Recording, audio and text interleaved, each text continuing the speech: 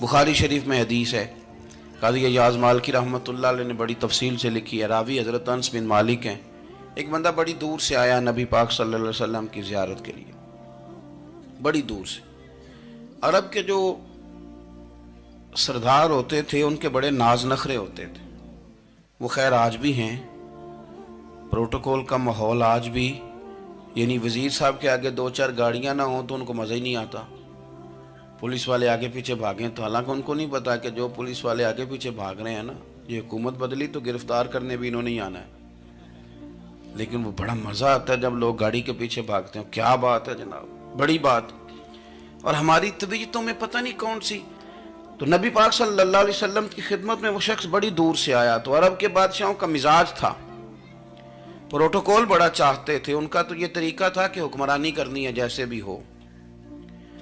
अगर किसी गुलाम ने धूप में बंधा रह गया, ऊंट और छांव में नहीं बांधा तो दुर्रे मारते थे, और अगर उसने खोल के बांध दिया तो फिर भी मारते थे। कहते थे इतना सियाना हो गया तो उन्हें पूछा ही नहीं, खुद ब खुद ही बांध दिया। वो शख्स हुजूर की बारगाह में आया और बहुत सारे लोगों के पास क्योंकि वो जाता था अपने सरबराह का पैगाम लेके, तो वो कांप रहा है जब हुजूर की बारगाह में गया, डर रहा है।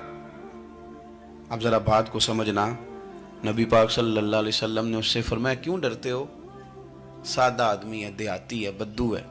अल्लाह के रसूल ने थपकी दी, क्यों डरते हो? तो कहते हैं हुजूर मुझे आदाब नहीं आते और मुझे डर आता है, कोई बात अगर ऐसी हो गई, आप मदीने की हुकूमत के सरबराह हैं, तो कहीं आप नाराज ना हो जाएं। हज़रत अनस बिन मालिक फरमाते हैं बात कहाँ की थी, पहुँच कहाँ गई। जब उसने ये कहा ना कि आप तो हुकूमत के सरबराह हैं, कहीं कोई गलती ना मुझसे हो जाए, तो नबी पाक की आंखों में आंसू आ गए। हुजूर रोने लगे और नबी पाक सल्लल्लाहु अलैहि वसल्लम फरमाने लगे ना भाई, तो किसी हुकूमत के सरबराह के पास नहीं आया ना, तू तो उस बेटे के पास आया है जिसकी माँ गोश्त के खुश्क टुकड़े खा के भी गुजारा कर ले। मैं तो एक गरीब माँ का बेटा हूँ।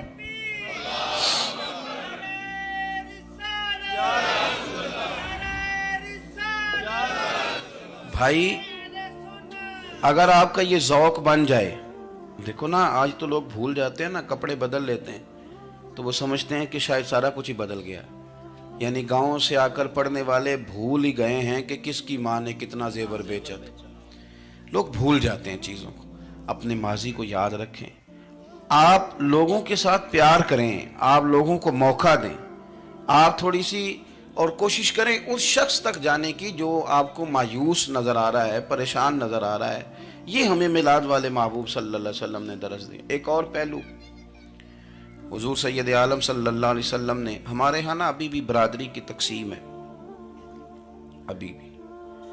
और कुछ मैंने ऐसे कमज़ोर लोग भी देखे, ये इस तरह की हरकतें हारे हुए लोग करते हैं। हारे हुए लोग जो अपने आप को समझते हैं कि मैं कोई बड़ा आदमी हूँ। बड़ा आदमी तो अपने अखलाक से होता है, अपने किरदार से होता है, अपनी सखावत से होता है, लोगों से प्यार करने से होता है। बाकी ये कि बैठ के कहानी सुनाना कि मैं बड़ा कुछ करता हूँ, तो जो कुछ करता होता है उसे सुनाने की कोई ज़रूरत है। एक और बहुत सारे लोग आप ताज़ियत करने जाए ना वालिद के इंतकाल के बाद, तो उन बेचारों को बताना पड़ता है कि अब्बा जी मेरे बगैर दवाई नहीं खाते थे। तो मैं कहता हूँ अगर तेरे बगैर नहीं खाते थे फिर बताने की ज़रूरत नहीं, फिर तो सारे गाँव को पता होगा कि तेरे बगैर नहीं खाते थे।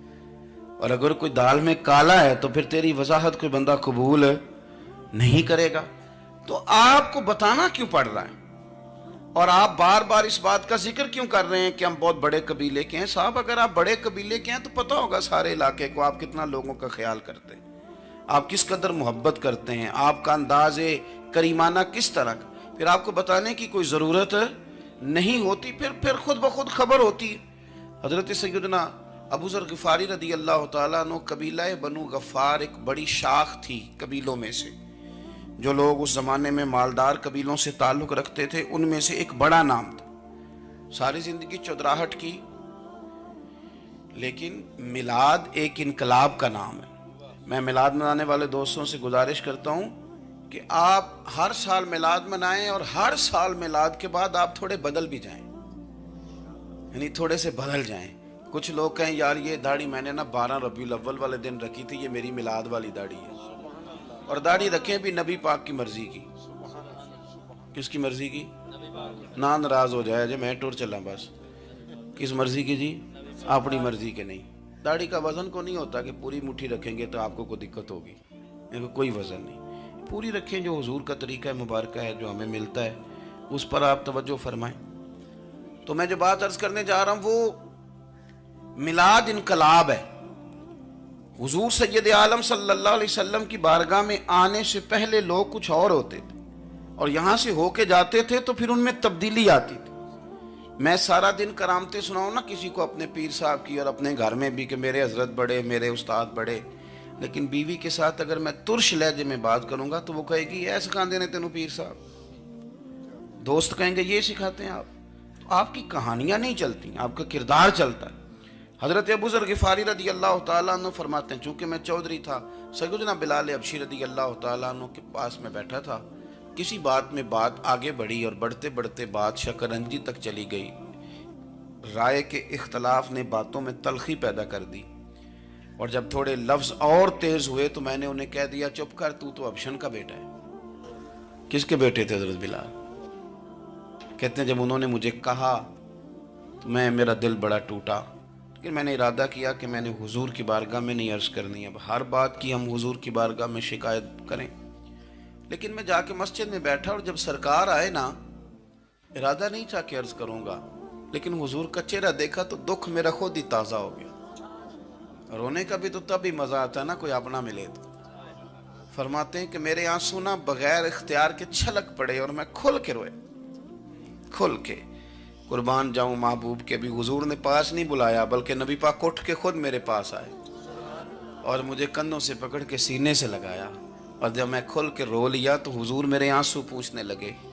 कुछ शेर ऐसे होते हैं जो किसी ने कहे होते हैं, और कहने वाला जो होता है वो साहिब हाल होता है, तो उसमें कुछ खूबसूरती ज़्यादा ही हो जाती है। एक पंजाबी के शायर हमारे गुजरात में गुजरे, बुजुर्ग थे, उनका एक शेर है, वो कहते हैं, एक वारी मेरी आँखियाँ चों ਉਹਨਾਂ ਨੇ अथरू पूंजे सन, एक वारी मेरियां अखियां चों ਉਹਨਾਂ ਨੇ अथरू पूंजे सन, हुण ते चस्का पै गया रोने दा। एक वारी मेरियां अखियां चों ਉਹਨਾਂ ने अथरू पूंजे सन, हुण ते चस्का पै गया रोने दा, ते हर वेले आहो जारी दा।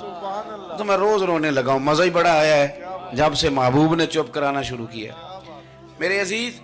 और फिर हजरत बिलाल हबशी रदी अल्लाह तआला अन्हु चूंकि हुजूर के गुलाम थे, और उन्हें पता था कि सरकार मेरी नाज बर्दारी करते हैं, हुजूर ने चुप कराया। फरमाया क्यों रोते हो?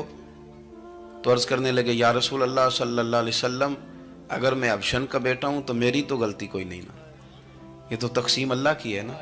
अल्लज़ी खलक़का फसव्वाका फअदलक फी अय्यि सूरतिन मा शाअ रक्कबक, जिस तरह वो चाहता है, जिसको चाहता है उस तरह की उसकी सूरत बना देता है। तो मुझे अबशन का बेटा कहा जाता है, मेरी गलती क्या है?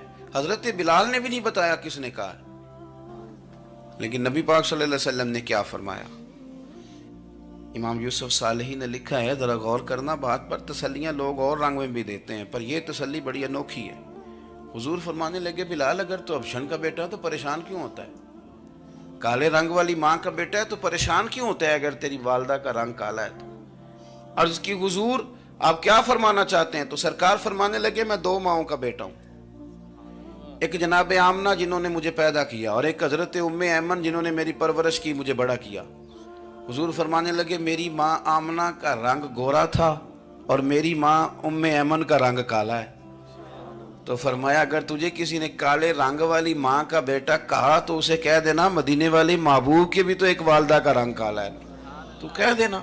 हजरत बिलाल कहते हैं कि वो इस तरह की तसल्ली थी, तिफल तसल्लियाँ नहीं जिस तरह की हमें दी जाती, वो इस तरह की खूबसूरत तसल्ली थी कि उसके बाद मेरा दिल ऐसा ठंडा हुआ, फिर किसी का ताना ताना नहीं रहा, फिर किसी की तकलीफ नहीं रही।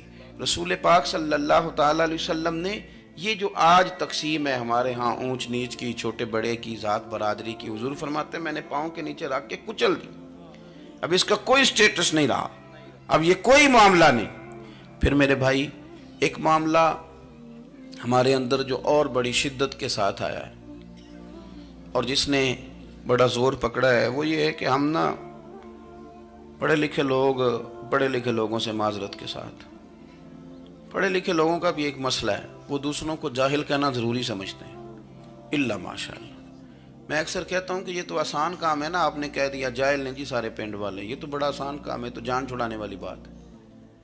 ان پڑھ ہیں جی اس قوم دا کچھ نہیں بن سکتا، بھی تو آسان کام ہے، جان چھوٹ گئی۔ میں بھی کھڑا ہوتا ہوں نماز جنازہ کی امامت کرنے کے لیے، کبھی تو کہہ دیتا ہوں کہ جناب آج لوگوں کو نماز جنازہ کی دعا نہیں آتی، تو سوچتا ہوں کہ اگر کسی نے کھڑا کر کے پوچھ لیا کہ آپ نے کتنے لوگوں کو یاد کرائی ہے، ہم نے کبھی کہا کہ آؤ بیٹھو یاد کراؤں، تو اس کا جواب کیا ہے؟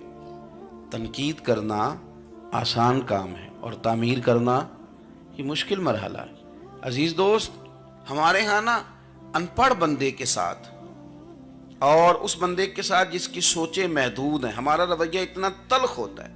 بھئی مزہ تو تب آتا ہے نا جب آپ کو، کچھ لوگ کہتے ہیں میں اچھے کے ساتھ اچھا ہوں، تو اچھے کے ساتھ تو ساری دنیا اچھی ہوتی ہے، آپ نے اس میں کیا کمال کیا؟